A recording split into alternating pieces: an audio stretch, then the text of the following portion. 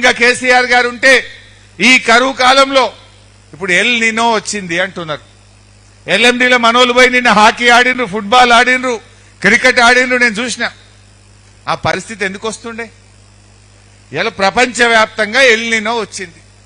కాలం కాదు, వర్షాలు పడై కరువు వస్తుంది అని చెప్తా ఉన్నారు. అందుకే కేసీఆర్ గారు దూరదృష్టితోని కరువు వచ్చినా కాలం కాకపోయినా పక్కా నీళ్లుండే మేడిగడ్డ నుంచి కాళేశ్వరం ప్రాజెక్టును రూపకల్పన చేసింది. ఇలా కాళేశ్వరం అంటే మీ అందరికి తెలుసు, కరీంనగర్ వాళ్ళకైతే మనకు బాగా తెలుసు. కాళేశ్వరం అంటే 3 బ్యారేజీలు, 18 రిజర్వాయర్లు, 17 పంప్ హౌజులు, 203 కిలోమీటర్ల గ్రావిటీ టనల్లు, 1500 కిలోమీటర్ల గ్రావిటీ కెనాల్లు, సబ్స్టేషన్లు, ఇవన్నీ కలిపితే కాళేశ్వరం. అన్ని బాగున్నాయి కదా. ఇలా ఆ కాళేశ్వరం గొప్పదనం ఏంటంటే దాన్ని 3 భాగాలుగా వాడుకుంటాం. మంచిగా కాలమైందనుకో, మంచి వర్షాలు పడ్డాయి అనుకో, మనం మిడ్ మానేర్ నుంచి మాత్రమే మోటార్ లాంచ్ చేసి కాళేశ్వరం నడిపించుకుంటాం. సగం సగం కాలమైందనుకో ఎల్లంపల్లి దగ్గర మోటార్ లాంచ్ చేసి కాళేశ్వరం నడిపించుకుంటాం. ఎక్కడ కాలం కాలే కరువు పడ్డదనుకో గప్పుడు మేడిగడ్డ కాడ మోటార్ లాంచ్ చేసి నడిపించుకుంటాం. పోయిన 2 ఏళ్లు కాలం మంచిగా అయింది. రేవంత్ రెడ్డి అంటాడే కాళేశ్వరం లేకపోయినా పంటలు పండినాయి అంటాడు. కాళేశ్వరం లేకపోతే అడికెళ్ళి పండుతాయి. పోయిన 2 ఏళ్లు కాలం మంచిగా అయింది. ఎల్లంపల్లికెళ్ళే మోటార్ లాంచ్ చేసినాం, మిడ్ మానేర్కెళ్ళే మోటార్ లాంచ్ చేసినాం, బ్రహ్మాండంగా పంటలు పండినాయి. మా సుంకె రవిశంకర్ గారు ఉన్నారు. ఇలా ప్యాకేజ్ 8 లక్ష్మీ పంప్ హౌస్ ఎక్కడుంది?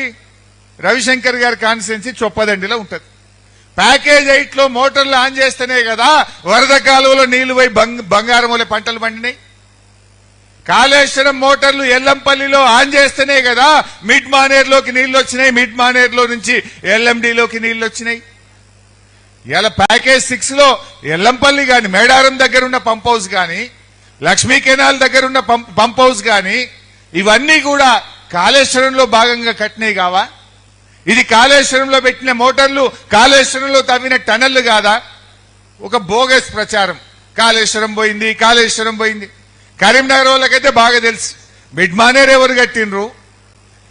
Package 6, package 8 Medaram pump house, లక్ష్మీకి పంప్ హౌస్ ఎవరు కట్టినరో తెలియదా? అవన్నీ కాళేశ్వరంలో భాగం కాదా? పోయిన 2 ఏళ్ళు ఏమైందంటే మంచిగా కాలమైంది. కాలమైంది కనుక మిడ్ మానేర్ నుంచి మోటార్లు నడిపినాం, ఎల్లంపల్లి నుంచి మోటార్లు నడిపి కాళేశ్వరం నీళ్లు బారినాయి. మా రసమై బాలచంద్ గారు ఉన్నారు. అనంతగిరి రిజర్వాయర్ అది కాళేశ్వరంలో కట్టింది కాదా? అనంతగిరి కింద వేలాది ఎకరాలకు వందలాది చెరువులు నింపుతున్నామంటే అది కాళేశ్వరంలో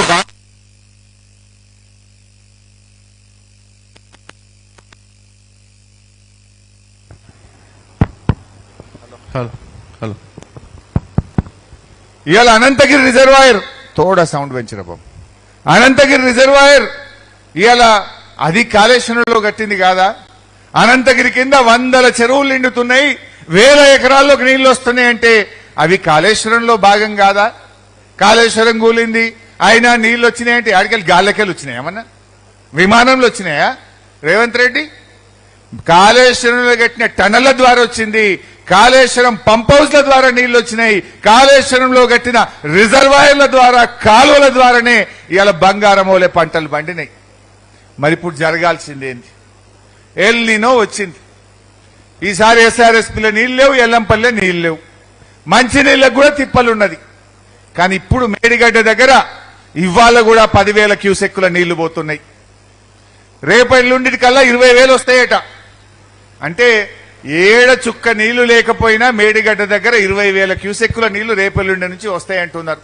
పైన వరద స్టార్ట్ అయింది మహారాష్ట్రలో. నిజంగా 2 పిల్లర్లు మరమ్మతు చేస్తే బ్రహ్మాండంగా మోటార్లు ఒత్తుకొని ఇవాళ ఎల్ఎండికి నీళ్లు రాకపోవునా? మా వరద కాలువలో కరీంనగర్ రూరల్ మండల చెరువులు నింపుకునే అవకాశం లేదా? ఎందుకంటే నువ్వు అబద్దాలు చెప్పినావు, దుష్ప్రచారం చేసినావు. 1,00,000 కోట్లు కొట్టుడు పోయినేనో కాళేశ్వరం కూలిందని గ్లోబల్స్ ప్రచారం చేసినావు. ఆ 2 పిల్లర్లు మరమ్మతు చేస్తే నువ్వు చెప్పింది అబద్దమని రైతులకు అర్థమవుతుంది, ప్రజలకు అర్థమవుతుందని కావాలనే పెండింగ్ లో పెట్టినావు. మొన్న తుంగభద్ర పోయినావు, గేట్లు ఖరాబ్ అయితే 2 ఏళ్ల లోపల తుంగభద్ర గేట్లు బాగు చేసి కర్ణాటక రాష్ట్రం దాన్ని ప్రారంభించింది. ఈడ ఎన్ని గేట్లు? మేడిగడ్డలో ఉన్నాయి 85 గేట్లు. 85 గేట్లలో దెబ్బతిన్నాయి 2 గేట్లు. 85 గేట్లలో దెబ్బతిన్నాయి 2 గేట్లు. గా 2 గేట్లు మరమ్మతు చేయడానికి 2.5 సంవత్సరాలు సరిపోదా నీకు? ఇప్పుడు కాళేశ్వరంలో కట్టిన 16 రిజర్వాయర్లు మంచిగా ఉన్నాయి, 16 సబ్స్టేషన్లు మంచిగా ఉన్నాయి, 203 కిలోమీటర్ల టనలు బాగున్నది, 1500 కిలోమీటర్ల గ్రావిటీ కెనాల్స్ బాగున్నాయి, 3 బ్యారేజీల్లో అన్నారం సుందిల్ల బాగుందని నువ్వే చెప్తున్నావు. మేడిగడ్డ బ్యారేజీలో 7 బ్లాకులు 85 గేట్లు, దెబ్బతినే ఎంత 2 గేట్లు. గా 2 గేట్లు మరమ్మతు చేయడానికి 2.5 సంవత్సరాలు నీకు సరిపోదా? నిజంగా 2 గేట్లు మరమ్మతు చేసుంటే ఈ కరువు కాలంలో ఎల్ నీనో వచ్చిన సందర్భంగా ఇలా బ్రహ్మాండంగా నీళ్లు తెచ్చుకుంటే మా ఎల్ఎండి మా అంతగిరి నిండుగా నీళ్లుంటే బ్రహ్మాండంగా పంటలు వండయా? నిజంగా ఈ కరువు ఇట్లే ఉంటే రేపు కరీంనగర్కు మంచి నీళ్లు కూడా ఉండయి.